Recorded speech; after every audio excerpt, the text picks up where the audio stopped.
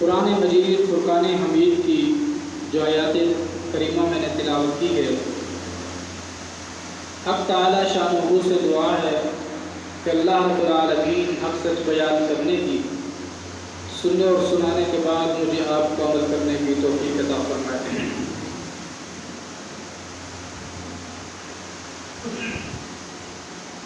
حضور صلی اللہ علیہ وسلم کی جو زندگی کی عمر ہے وہ ہے 63 سال۔ کتنی بھائی؟ 63 سال۔ 40 سال کی عمر میں حضور صلی اللہ علیہ وسلم کو نبوت ملی۔ باقی کتنے بچے؟ 23 سال۔ 23 میں سے 13 سال حضور صلی اللہ علیہ وسلم نے مکہ کے اندر گزارے۔ باقی کتنے بچے؟ 10 سال۔ 10 سال حضور صلی اللہ علیہ وسلم نے مدینہ کے اندر گزارے اور وہیں پر وصال فرمایا۔ نبوت ملی 40 سال کی عمر میں۔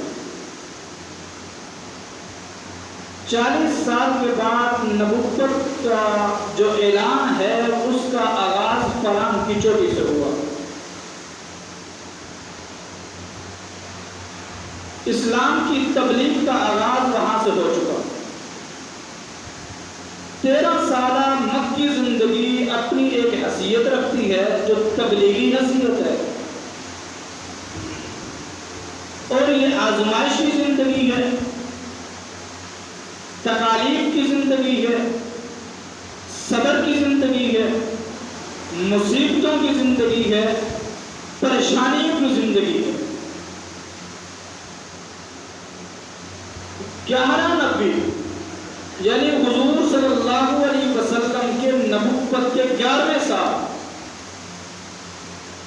مدینہ سے کچھ لوگ حج کرنے کے لیے مکہ مکرمہ میں آئے۔ بعض روایات کے مطابق وہ 6 تھے۔ عقبہ کے مقام پر حضور صلی اللہ علیہ وسلم کی ان 6 آدمیوں سے ملاقات ہوئی۔ ان 6 آدمیوں نے حضور صلی اللہ علیہ وسلم کی صفات کو دیکھا، چہرہ نبوت کو دیکھا، قد و قامت کو دیکھا، چال ڈھال کو دیکھا،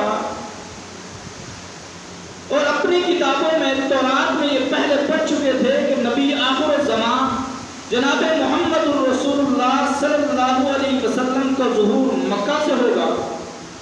اور آئے جب اس سارے ڈھانچے کو دیکھا، نقشے کو دیکھا تو پہچان گئے حضور صلی اللہ علیہ وسلم کی عقبہ کے مقام پر ان 6 آدمیوں سے ملاقات ہوئی۔ آقا علیہ السلام نے انہیں اسلام کی دعوت دی اور یہ مسلمان ہوئے، مشرف اسلام ہوئے۔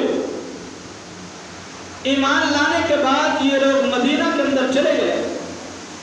وہاں جا کر انہوں نے اپنے لوگوں کو بتایا کہ جو ہم تورات میں پڑھتے تھے، ہم نے جو پیغمبر کی صفات پڑھی تھی، جس پیغمبر نے آ کر ہماری مدد کرنی تھی، جن کے ہم انتظار میں ہیں، ہم ان کو دیکھ کے آئے ہیں اور ان کا ہم تذکرہ بھی سن کے آئے ہیں، ان کے ہاتھ پر اسلام بھی قبول کر چکے ہیں۔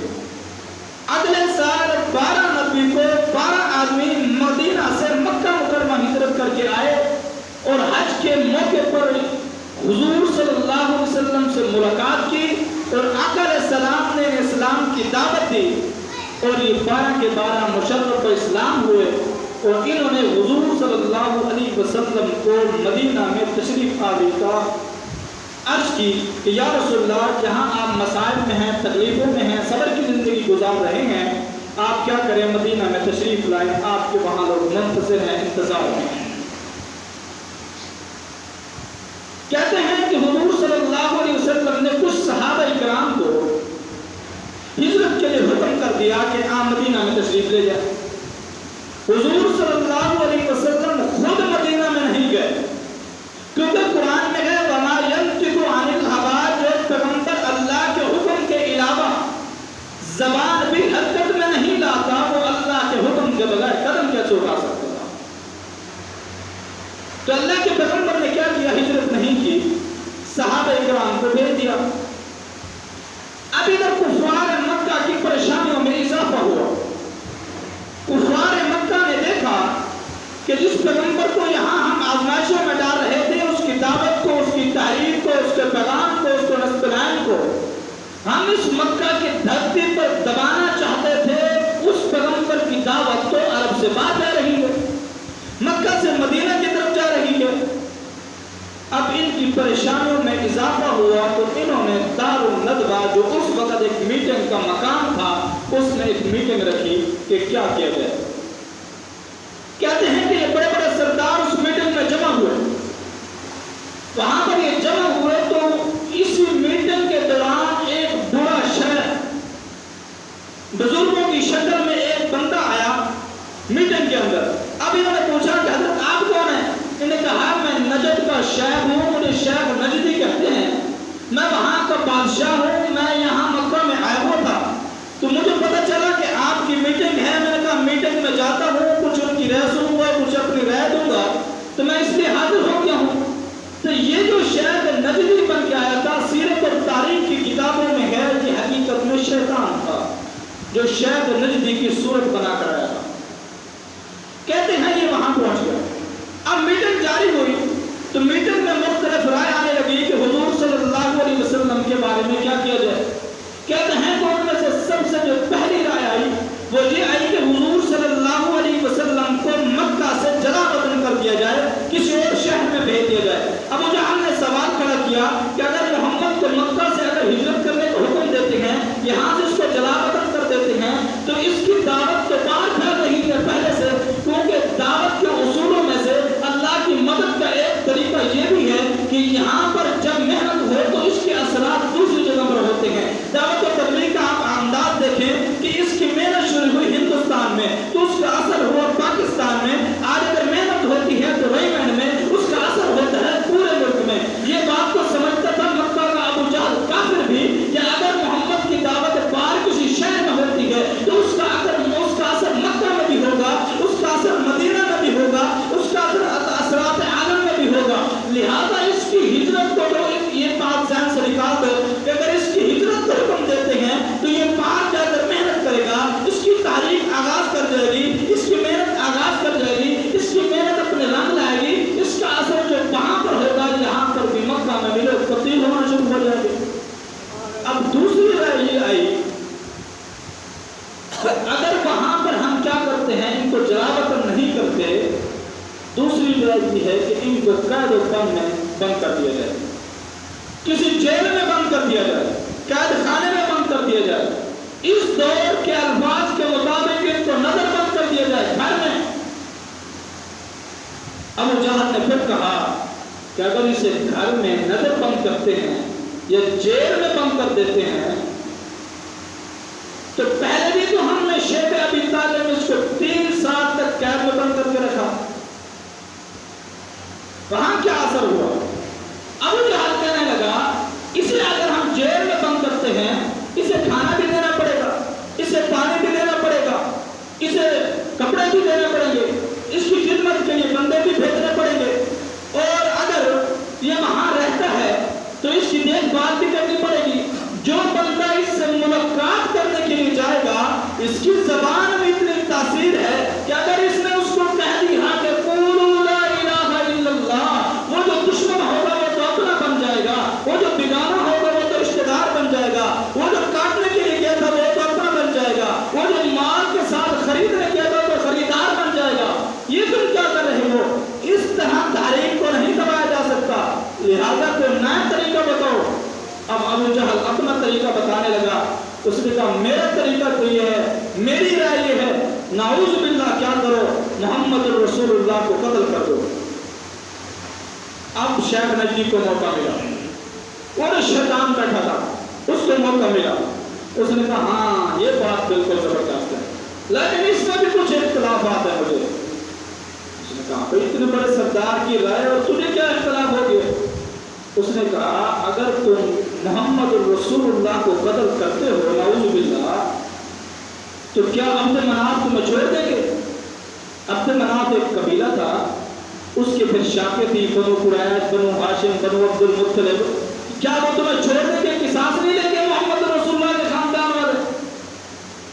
لہٰذا یہ رائے بھی تمہاری ٹھیک نہیں ہے، میری رائے یہ ہے، اس نے کہا یہ بات تو ٹھیک ہے کہ تم اس کو قتل کر دو، لیکن میری رائے تم اس میں یہ شامل کر لو کہ تم سارے قبائل جمع ہو جاؤ، ان سارے قبائل میں سے سارے سردار چن لو، جب تم سارے سرداروں کو چن کر اور ہر ایک قبیلے کا سردار ہوگا، سارے یکدم ایک رات میں ایک وقت میں ایک لمحے میں جا کر حملہ کرو گے، جب سارے ہی کرو گے سو گے تو اپنے بنا کس کی ساتھ لیں گے، لہذا وہ دیت پر تیار ہو جائیں گے، اور تم اتنے بڑے بڑے سردار ہو، امیر لوگ ہو، تمہارے پاس پیسے ہیں، تو یہ دیت دینا کون سا مشکل کام ہے؟ ان کا یہ بات بالکل ٹھیک ہے، شیطان کی پٹیاں دیکھو، بات تو بالکل ٹھیک ہے۔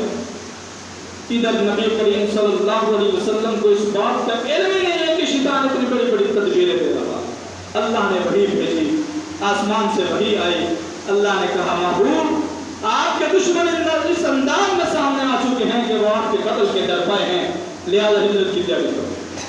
دوپہر کا وقت ہے، اللہ کے پیغمبر صلی اللہ علیہ وسلم گھر سے نکلتے ہیں، صدیق اکبر کے گھر پر جا کر دروازہ کھٹکھٹاتے ہیں۔ ایک بڑی عجیب روایت ہے، امام ابن حجر عسقلانی رحمۃ اللہ علیہ نے یہاں پر ذکر کیا ہے، وہ فرماتے ہیں کہ صدیق اکبر نے کہا کہ دروازہ کھٹکھٹانے سے مجھے محسوس ایسے ہوا کہ یہ دروازہ کھٹکھٹانے کا انداز آقا کریم کا ہی ہو سکتا ہے۔ محبت صدیق کتنی ہے، فرمایا وہ انداز ہی پہچان لیتے ہیں کہ انداز بتا رہا ہے کہ آقا دروازے پر تشریف لائے۔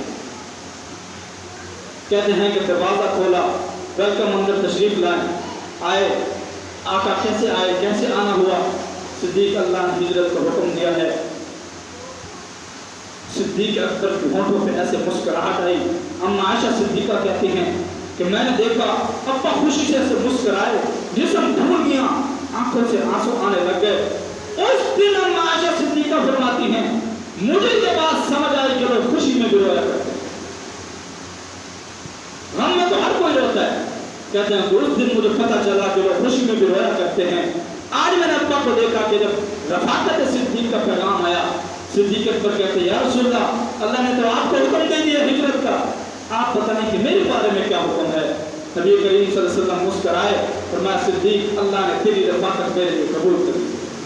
منشاء خداوندی یہ ہے، اللہ کی چاہتی ہے جہاں نبوت ہو وہیں پر صداقت ہو۔ نبی کریم صلی اللہ علیہ وسلم گھر میں تشریف لائے، رات کو ادھر میٹنگ ہو رہی ہے، ادھر نبوت ہجرت کی تیاری کر چکی ہے۔ کہتے ہیں کہ حضرت علی کو گھر میں بلایا، آپ میں سے حاجی کون کون ہے؟ نبی کریم صلی اللہ علیہ وسلم کا گھر آپ نے دیکھا ہوا ہے جو مکہ میں تھا؟ بٹو صاحب نہیں پتا، میں آپ کو بتاتا ہوں، یہ ہے کعبۃ اللہ۔ کعبۃ اللہ کے ساتھ ہے چھتا بازار، آپ گئے ہوں گے۔ چھتا بازار میں ایک ہے لائبریری، کتب خانہ، جہاں پہ کتابیں موجود ہیں، لائبریری بنی ہوئی ہے۔ یہ جو لائبریری ہے یہ حضور صلی اللہ علیہ وسلم کا گھر مبارک تھا۔ یہ خانہ کعبہ ہے، خانہ کعبہ کے ساتھ چھتا بازار ہے، چھتا بازار میں لائبریری ہے، اس لائبریری میں حضور صلی اللہ علیہ وسلم کا گھر ہے، اور اس خانہ کعبہ کو کراس کر کے محلہ مصفرہ ہے، اس محلہ مصفرہ میں صدیق اکبر کا گھر ہے۔ حضور صلی اللہ علیہ وسلم گھر سے نکلتے کعبہ میں تشریف لاتے، آج انداز ہی کچھ اور ہے، وسلم گھر سے نکلے ہیں، کعبہ کو کراس کر کے صدیق اکبر کے گھر میں گئے۔ کعبہ آج نہیں گئے، آج صدیق اکبر کے گھر میں گئے، اور صدیق اکبر کے گھر میں پہنچے، میٹنگ ہوئی، واپسی اپنے گھر میں آ گئے۔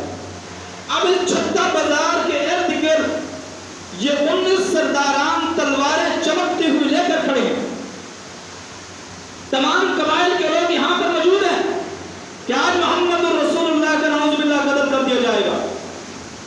حضرت علی کو حضور صلی اللہ علیہ وسلم بلاتے ہیں، علی ادھر آؤ، آ گئے۔ حضرت علی سے نبی کریم صلی اللہ علیہ وسلم نے کہا علی اللہ نے ہجرت کا حکم دیا، میں آزاد ہجرت کرنے والا ہوں، اور تیرے پاس یہ میں امانتیں رکھ کے جا رہا ہوں، ان امانتوں کو کفار کی حوالے کر دینا۔ یہ امانتیں بنی قریش کی بھی ہیں، یہ امانتیں بنو ہاشم کی بھی ہیں، یہ امانتیں مشرکوں کو بھی ہیں، یہ امانتیں کفار کی بھی ہیں۔ ان امانتوں کو ان کے حوالے کر دینا، یہ تکیہ فلانے کا ہے، یہ ستو کی بوری فلانے کی ہے، یہ چادر فلانے کی ہے، یہ ران فلانے کی ہے، یہ جو مختلف چھوٹا چھوٹا سامان تھا یہ کفار مکہ کی امانتیں تھی۔ فرمایا علی یہ امانتیں ان کے حوالے کر دینا۔ اب حضور صلی اللہ علیہ وسلم رات کو بستر سے روانہ ہونے لگے، حضرت علی کو اپنے بستر پر سلایا، علی نے وہ امانتیں تکیے کے نیچے رکھی اور حضور جا رہے ہیں، حضرت علی سو گئے بستر پر۔ ابن حجر اسقلانی رحمۃ اللہ علیہ نے ایک بڑی عجیب بات یہاں پر لکھی ہے، وہ کہتے ہیں کہ حضرت علی کو صاحب ذوالفقار تھے۔ میں عقیدہ اور نظریے کی بات کرنے لگا۔ حضرت علی کو صاحب ذوالفقار تھے اور بڑے بہادر تھے، خیبر کے قلعے کو فتح کرنے والے تھے۔ آج علی بستر پہ سو رہی ہیں اور نبی اکیلے تلواروں کے سائے کے نیچے سے گزرنے والے ہیں۔ چاہیے تو یہ تھا کہ حضرت علی سوچتے کہ آج پیغمبر اکیلے نہ جائیں، آج تو صاحب ذوالفقار کو کام آنا ہے۔ حضرت علی ساتھ جاتے، تلواروں سے کراس کر کے انہیں باہر نکال کے پھر آتے، لیکن حضرت علی بستر پر سوتے ہیں اور نبی تلواروں کے سائے کے نیچے سے جاتے ہیں۔ ابن حجر اسقلانی نے بڑا عجیب جملہ کہا، فرمایا اللہ نے حضرت علی کو بستر پر اس لیے سلایا اور نبی کو تلواروں کے سائے سے اس لیے گزارا تاکہ 14 صدیوں کے بعد تو جملہ یہ نہ کہے کہ علی مشکل کشا تھا، تو میراثی یہ نہ کہے علی مشکل کشا تھا، تو بھنگی یہ نہ کہے علی مشکل کشا تھا، تو چرسی یوں نہ کہے علی مشکل کشا تھا، تو رازو یوں نہ کہے علی مشکل کشا تھا۔ اللہ نے علی کو بستر پر سلایا تاکہ پتہ چل جائے مشکل کشا علی نہیں بلکہ مشکل کشا وہ ہے جو علی کو بستر پہ بچاتا ہے، نبی کو تلواروں کے سائے کے نیچے سے بچاتا ہے۔ ابن حجر اسقلانی رحمۃ اللہ علیہ نے بڑا عجیب نقطہ حل کیا ہے، فرمایا علی اگر اس دن ساتھ ہوتا تو آج میرے پیغمبر کا نظریہ لوگوں کے سامنے نہ آتا، اور لوگ کہتے ہیں کہ علی مشکل کشا ہے، رب نے ہجرت والی رات ہی ثابت کر دیا یہ مشکل کشا ہے، مشکل کشا وہ اللہ کی ذات ہے۔ بڑی عجیب بات لکھی، فرمایا حضرت علی بستر پہ سو گئے، نبی تلواروں کے سائے کے نیچے سے گزرے۔ میں نے پوچھا علی آج تو صاحب ذوالفقار کو کام آنا تھا، آج تو ساتھ چلتے سو کیوں گئے، آج ساتھ چلتے سو کیوں گئے؟ بڑی عجیب بات ہے۔ علی نے کہا کہ میں ساتھ کیوں جاتا، کیا مجھے تم نے بد اعتماد سمجھا؟ علی نے کہا میں تو اس لیے سو گیا ہوں کہ مجھے اعتماد تھا اس پر جس کے ساتھ گئے ہیں۔ میں نے کہا آج کے ملنگ کو یہ بات سمجھ آ جاتی کہ علی سویا اس لیے تھا کہ علی کو فکر نہیں تھی کہ جس کے ساتھ پیغمبر گئے ہیں وہ بااعتماد ہے۔ اگر اس کو اعتماد نہیں تھا تو پھر تو میرا نظریہ ختم ہوتا ہے، پھر ملنگ کو تو پھر علی کو نیند سے اٹھانا پڑے گا یا پھر صدیق پر اعتماد کرنا پڑے گا۔ میں کہتا ہوں یا پھر علی کو نیند سے اٹھا یا صدیق پر اعتماد کر۔ ملنگ کہتا ہے علی نیند سے نہیں اٹھا سکتا، صدیق پہ اعتماد نہیں کر سکتا۔ میں نے کہا دو باتیں میری سمجھ سے بالا تر ہیں کہ ادھر تو صاحب ذوالفقار اور مشکل کشا اور ادھر سویا بستر پر ہے۔ علی نے یہ عقیدہ سمجھا دیا کہ جس کے ساتھ نبی گئے ہیں وہ ایسا بااعتماد ہے کہ وہ تا قیامت نبی کے ساتھ رہے گا۔ اگر نبی زندہ تھے تو اس کے کندھوں پر نبوت کا بول تھا، اگر پیغمبر وصال کر کے ہیں تو نبوت کی خلافت کا بول بھی اس کا کندھوں پر ہے۔ میں نے کہا علی سو کیوں گئے؟ ہجرت کی رات نے بڑے بڑے مسئلے حل کیے ہیں۔ میں نے کہا علی آپ سو کیوں گئے؟ علی نے کہا کہ مجھے سونا ہی تھا۔ میں ایک مثال دیتا ہوں۔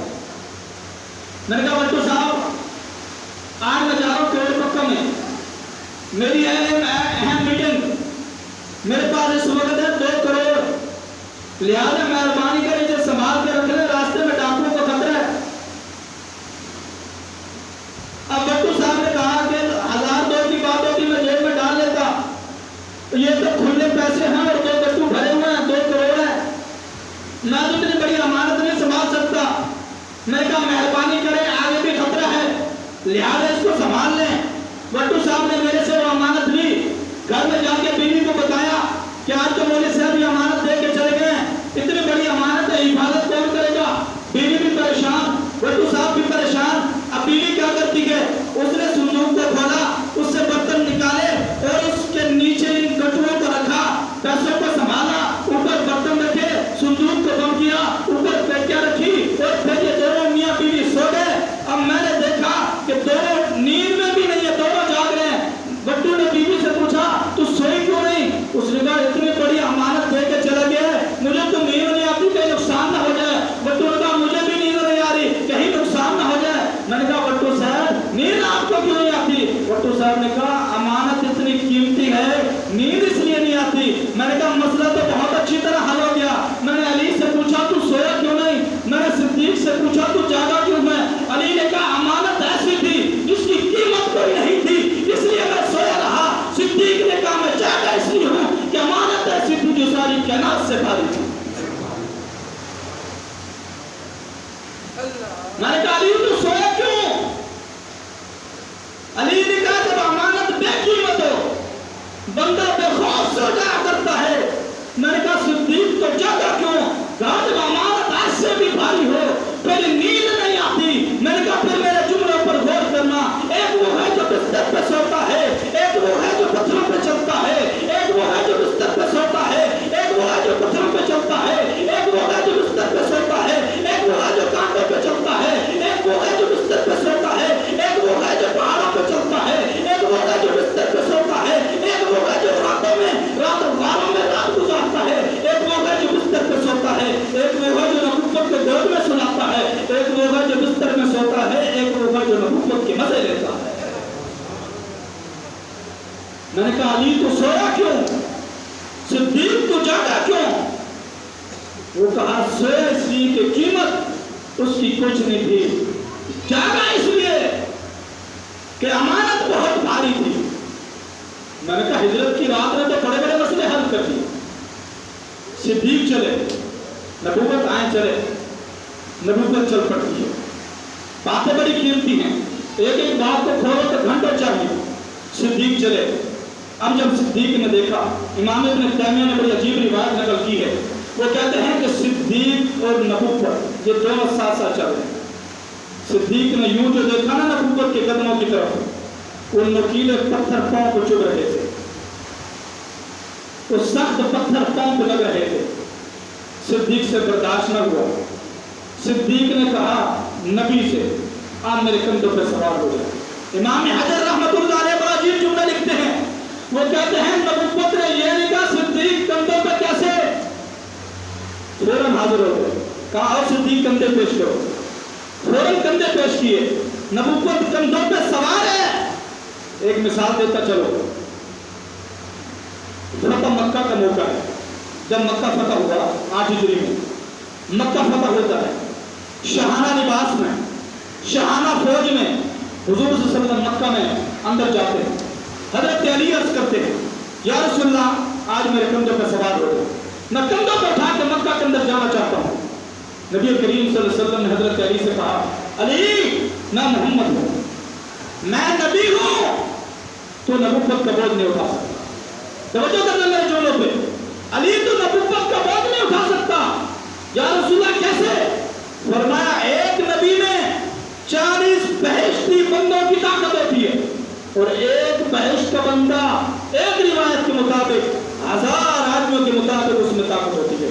معلوم ہوا کہ ایک نبی میں 40,000 بندوں کی طاقت ہے. علی تو 40,000 بندوں کا بوجھ نہیں اٹھا سکتا. علی تو آج 40,000 بندوں کا بوجھ کیسے اٹھائے گا؟ علی میں محمد ہوں, میں نبی ہوں, تو بوجھ نہیں اٹھا سکتا. ادھر نبوت یہ جواب دیتی ہے علی تیرا کام نہیں تو نبوت کا بوجھ اٹھائے. ادھر صدیق کہتا ہے نبی ایک جملہ بھی نہیں کہتا, کندھوں پہ سوار ہو جاتا ہے. میں نے صدیق سے سوال کیا صدیق یہ 40,000 بندوں کا بوجھ تو اکیلا کیسے اٹھا گیا؟ تیری عمر اس وقت 25 سال بھی نہیں تھی, 30 سال بھی نہیں تھی, 35 سال کا تو جوان بھی نہیں تھا. تیری عمر 50 سال میں پہنچ چکی تھی, تیری داڑھی سفید ہونے لگی تھی, تو بڑھاپے کی عمر میں پہنچ چکا تھا, تو نے 40,000 آدمیوں کو بوجھ کیسے اٹھایا؟ صدیق نے بڑا عجیب عجیب جملہ کہا. صدیق نے کہا جب انسان عیش کی منزل کو تلاش کرتا ہے، جب انسان ناز کی منزلوں کو تلاش کرتا ہے، جب ناز کی آخری حدود تک پہنچ جاتا ہے، جب عیش کی آخری منزل تک پہنچ جاتا ہے، جب وہ دیوانے پد پہ پہنچ جاتا ہے، جب اس پر وجد کی کیفیت طاری ہو جاتی ہے، پھر نہ اسے رات دکھائی دیتی ہے نہ اسے کوئی دکھائی دیتا ہے. میں تو اس وجد کی کیفیت میں تھا کہ پیغمبر کندھوں پہ تھے، 40,000 بندوں کا بوجھ، اور صدیق بڑا ہاتھ اٹھا کے پھر چلنا ہی تھا، پہاڑوں کی بلندیوں پہ چڑھنا تھا. آج صدیق 40,000 کا بوجھ اٹھا کے پہاڑوں کی بلندیوں پہ چڑھتا جا رہا ہے اور نبوت کے کندھوں پہ اٹھاتا جا رہا ہے.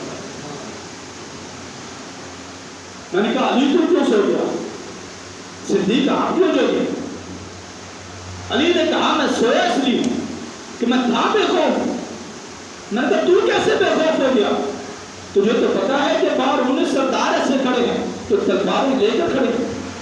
علی نے کہا کہ جب نبی جا رہے تھے انہوں نے مجھے کہا ہے کہ علی میں مدینہ سے 4 میل دور مقام عقبہ پر تیرا انتظار کروں گا، جب تک تو نہیں آئے گا میں مدینہ میں داخل نہیں ہوں گا. علی کہتے ہیں پہلے تو مجھے خوف تھا کہ آج نبوت تو چلی گئی، آج علی کی موت آ گئی ہے. کہتے ہیں کہ جب نبوت کی زبان سے جملے نکلے کہ علی تو مقام عقبہ پر میرے ساتھ آئے گا، میری ملاقات وہاں پر ہوگی، جب تک تو نہیں آئے گا میں مدینہ میں داخل نہیں ہوگا. علی کہتے ہیں کہ مجھے تو خوف سے نیند ختم ہو گئی، میری تو نیند آ گئی کہ مجھے تو پتہ تھا کہ کوئی کچھ نہیں بگاڑ سکتا. نبوت کی زبان سے رب جو جملے نکالتا ہے وہ تا قیامت پورے ہو کر رہتے ہیں. علی کو تو اپنی حیات کا ناز تھا، علی کو پتہ تھا نبوت سے ملاقات ہوگی. میں تو اس لیے سو گیا. صدیق تو کیوں نہیں آتا؟ تو کیوں جاگا؟ فرمایا میں اس لیے جاگا کہ میرے پاس تو چیز ہی ایسی تھی، دیدار ہی ایسا تھا کہ مجھے دلیل نہیں آتی تھی. باتیں بڑی لمبی ہیں، ٹائم ختم ہو گیا، پتہ نہیں چلا کہ ایک رات ہی نہیں گزری. صدیق کہتے ہیں میں غار میں اترا.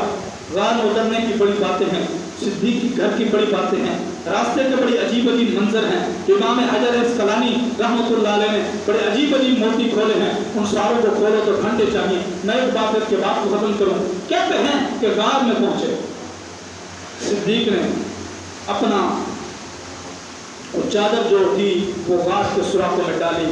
اس میں بھی بڑے بڑے عجیب عجیب ہوتے ہیں. کہتے ہیں کہ ایک سوراخ بچ گیا، صدیق نے ایڑی لگا دی. اب نبوت گود میں پڑی ہے، صدیق اوپر بیٹھے دیدار کر رہے ہیں. علماء نے لکھا ہے کہ ایسے تھا کہ جیسے قرآن گود میں ہو اور قرآن کا دیدار ہو رہا ہو، اور نبوت گود میں ہے تو صاحب قرآن کا صدیق دیدار کر رہا ہے. آج وہ رات ہے جس کے لیے عمر بھی ترسا کرتے تھے. حضرت عمر کا رہا کرتے تھے صدیق وہ ایک رات مجھے دے دے ساری زندگی کی نیکیاں دے. وہ ایک رات کون سی تھی دوستو؟ وہ ایک رات وہی تھی جب نبوت اور صدیق اکیلے غار میں تھے کہ نبوت کا چہرہ تھا، یہ صدیق کی آنکھیں تھیں.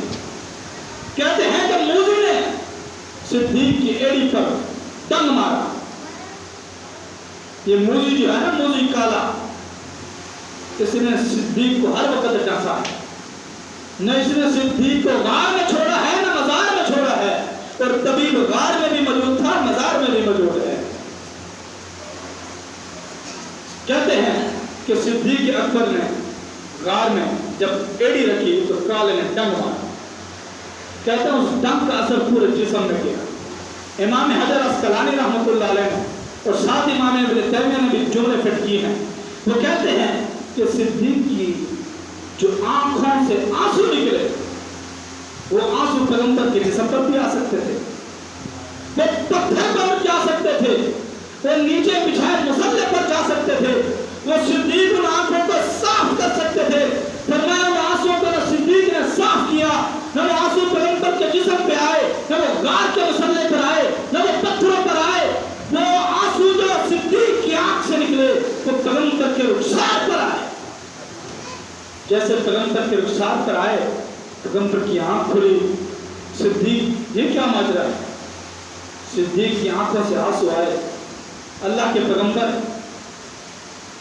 موذی نے ڈنگ مار دی ہے، حضور نے لعاب دہن لگایا اور صدیق کا زہر ختم ہو گیا اور آنسو پیغمبر کے چہرے پہ گرے. امام حجر اسقلانی رحمۃ اللہ لکھتے ہیں فرمایا آنسو ایسے گرا جیسے آسمان سے سورج چمکتا ہے. اس کی چمک ایسے بنی جیسے ستاروں کی جلن ہوتی ہے. محفل میں کہکشاں ڈوبتی ہے. فرمایا وہ آنسوؤں کے قطروں نے پیغمبر کے چہرے پہ گرنا تھا. فرمایا آنسو بھی بڑے قیمتی ہیں, آنسو بھی بڑے ناز والے ہیں. فرمایا یہ آنسو بڑے قیمتی ہیں, بڑے قیمتی ہیں. فرمایا ایک آنسو وہ جو صدیق کی آنکھ سے نکلا پیغمبر کے چہرے پر گیا, ایک آنسو وہ جو حضرت عثمان کے خون کا قطرہ نکلا اور قرآن کے برکت ہو گیا. اور ایک آنسو میں بتاتا چلوں, فرمایا ایک آنسو وہ جو رات کو 12 بجے, رات کو 1 بجے, رات کو 2 بجے آپ گھر سے نکلے, مسجد میں آئے اور اللہ کے خوف سے ان آنسوؤں کو نکالے. اور وہ آنسو کل قیامت کے دن جبرائیل امین حضور صلی اللہ علیہ وسلم کی دربار میں ان آنسوؤں کو پیش کرے گا. آقا علیہ السلام پوچھیں گے جبرائیل یہ کیا ہے؟ فرمایا یہ آپ کی امت کے وہ آنسو ہیں جو خوف خدا کے وقت انہوں نے نکالے تھے. فرمایا جبرائیل ان کا کیا معاجرہ ہے؟ فرمایا جن آنسوؤں کو اگر جہنم میں ڈال دیا جائے, وہ جہنم جو ہزاروں سال سے جل جل کے آج کالی سیاہ ہو چکی ہے, اس امت کے آنسوؤں میں اتنی سبرت ہے تو جہنم کیا بجھ جائے. اللہ عمل کرنے کی توفیق عطا فرمائے. وآخر دعوانا الحمدللہ.